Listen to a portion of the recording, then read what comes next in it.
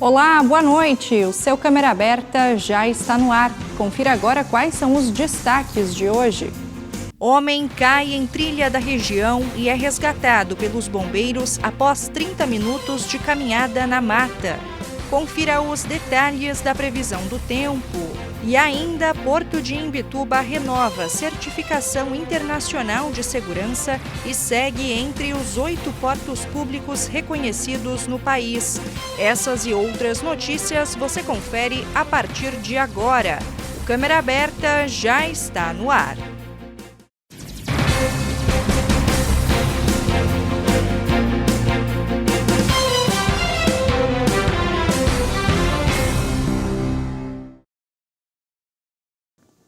O Porto de Imbituba conquistou mais uma vez um reconhecimento internacional na área de segurança portuária.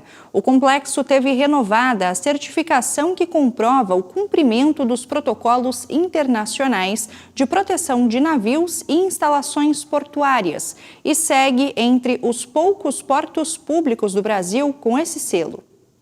Referência em segurança portuária, o Porto de Imbituba segue entre os 8 portos públicos do Brasil certificados com código internacional que define padrões de proteção para navios e instalações portuárias. Recentemente, o complexo portuário teve a declaração de cumprimento renovada e garantiu a certificação até o ano de 2031. Na prática, o reconhecimento confirma que o porto opera dentro dos padrões internacionais de segurança e prevenção contra ameaças no transporte marítimo. Para manter esse nível de controle, o porto conta com uma estrutura de monitoramento que inclui o controle de acesso, mais de 150 câmeras de vigilância, rondas permanentes e tecnologia de monitoramento aéreo com drones. Outro diferencial é o uso de um equipamento subaquático, operado remotamente e utilizado para apoiar ações de segurança e investigação. O sistema auxilia na busca de objetos de interesse policial, na recuperação de equipamentos e na inspeção de cascos de navios para identificar possíveis irregularidades. Além dos investimentos em tecnologia, o trabalho também envolve treinamento contínuo das equipes para garantir respostas rápidas e eficientes em diferentes situações. É com grande satisfação que compartilho mais uma grande conquista do Porto de Imbituba. Recebemos a notícia de que tivemos renovado o nosso certificado de segurança e SPS Code até 2031.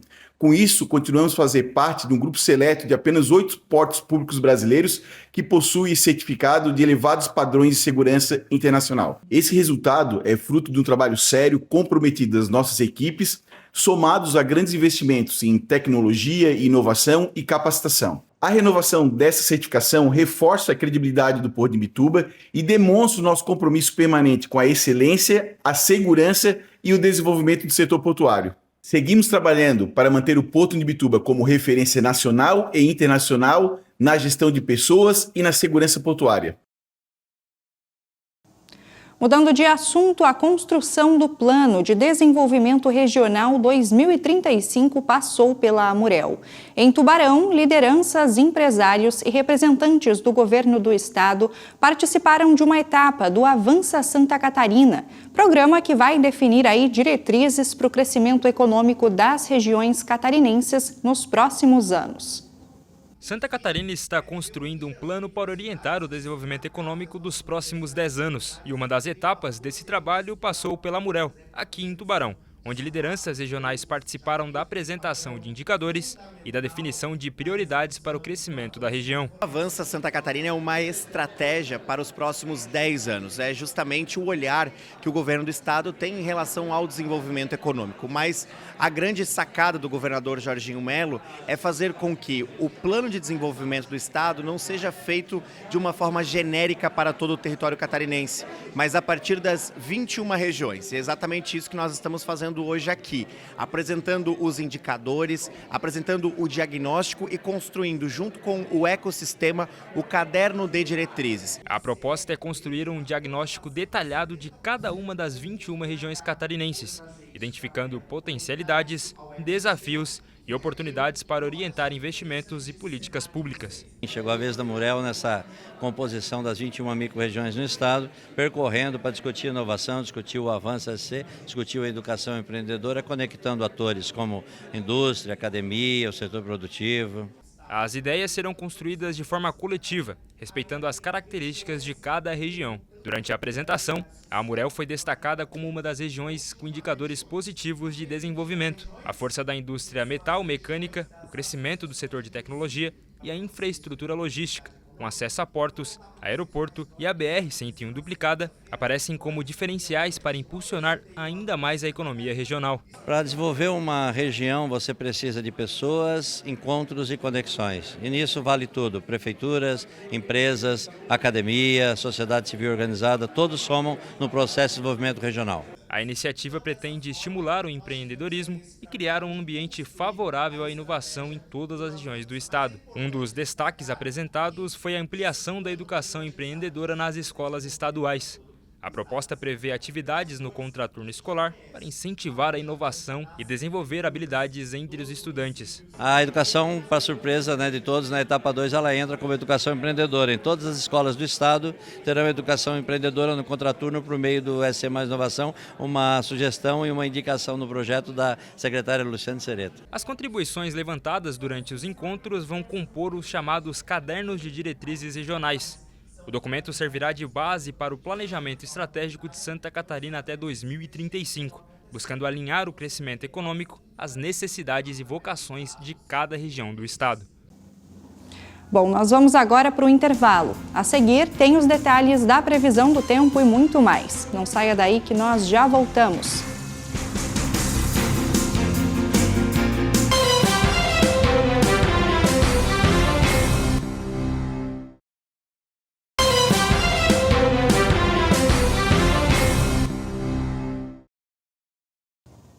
Nós já estamos de volta e agora você confere a previsão do tempo.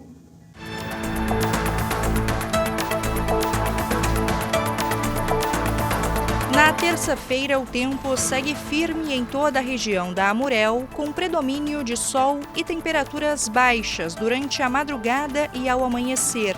Em Tubarão, a mínima prevista é de 6 graus e a máxima chega aos 16, com céu ensolarado ao longo do dia. Em Laguna, os termômetros variam entre 10 e 14 graus, com sol entre nuvens.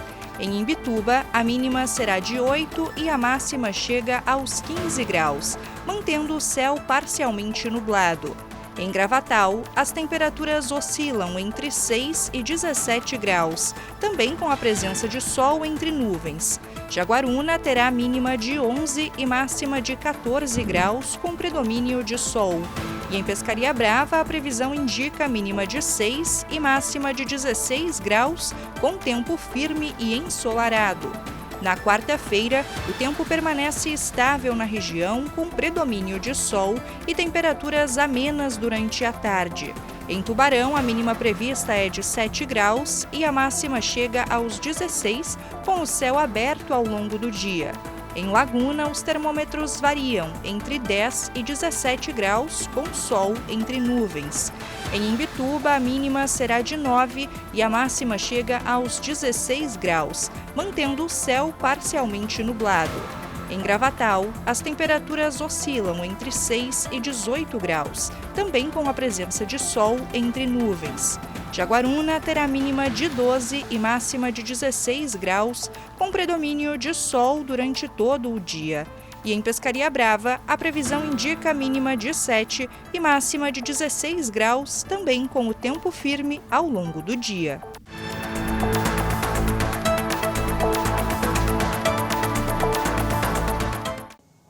Vamos agora até a redação da UniTV conversar com a repórter Isabel Silva, que tem detalhes das principais ocorrências desse final de semana. Olá, Cauana. Olá, você que nos acompanha. Nós iniciamos o quadro de hoje em Jaguaruna com um corpo que foi localizado na manhã deste domingo em uma área de mata no bairro Balneário Campo Bom. Segundo a Polícia Militar, a vítima, ainda sem identificação, foi encontrada já sem vida e com sinais de carbonização. O local foi isolado para o trabalho da Polícia Científica e o caso passa a ser investigado agora pela Polícia Civil. E em Laguna, um incêndio de grandes proporções mobilizou equipes do Corpo de Bombeiros na Praia do Sol. As primeiras informações apontavam a possível presença de uma pessoa dentro da residência, mas o morador conseguiu sair a tempo e não se feriu. As chamas atingiram principalmente o terceiro pavimento da casa e foram necessárias cerca de 2 horas de combate e 10 mil litros de água para controlar o fogo. Ainda em Laguna, um automóvel completamente destruído pelo fogo chamou a atenção das equipes de resgate. Após o combate ao incêndio e consulta à placa, foi identificado que o veículo possuía registro de furto. O proprietário foi comunicado e o caso será investigado pela Polícia Civil. E também em Laguna, uma denúncia de homem armado em um bar terminou com o cumprimento de um mandado de prisão. Durante a abordagem, nenhum material ilícito foi encontrado, mas os policiais identificaram que um dos abordados possuía ordem judicial ativa por dívida de pensão alimentícia. Ele foi detido e encaminhado à unidade prisional. Já aqui em Tubarão, uma motorista ficou ferida após o tombamento de um caminhão no quilômetro 60. Quando as equipes chegaram, a condutora ainda estava no interior do veículo e apresentava sinais compatíveis com traumatismo craniano. Após o atendimento e a estabilização, ela foi encaminhada ao Hospital Nossa Senhora da Conceição. E em Sangão, a Polícia Militar cumpriu um mandado de prisão contra um homem de 53 anos condenado pelo crime de roubo. Ele foi localizado no bairro Baixadinha e encaminhado ao sistema prisional. Já em Gravatal, uma casa de madeira foi completamente destruída por um incêndio no bairro Bela Vista. Segundo os bombeiros, o imóvel era utilizado pelos serviços de funilaria e havia cilindros de botijão de gás no local, o que aumentou ali o risco durante o combate às chamas. Após o controle do incêndio e a retirada dos materiais de risco, a área foi isolada. Cerca de 15 mil litros de água foram utilizados. Olha, Cauana, por enquanto essas são as principais informações aqui direto da redação da UniTV. Eu volto com você aí do estúdio. Muito obrigada, Isabel. Vamos agora para mais um intervalo, mas não saia daí que a gente já volta.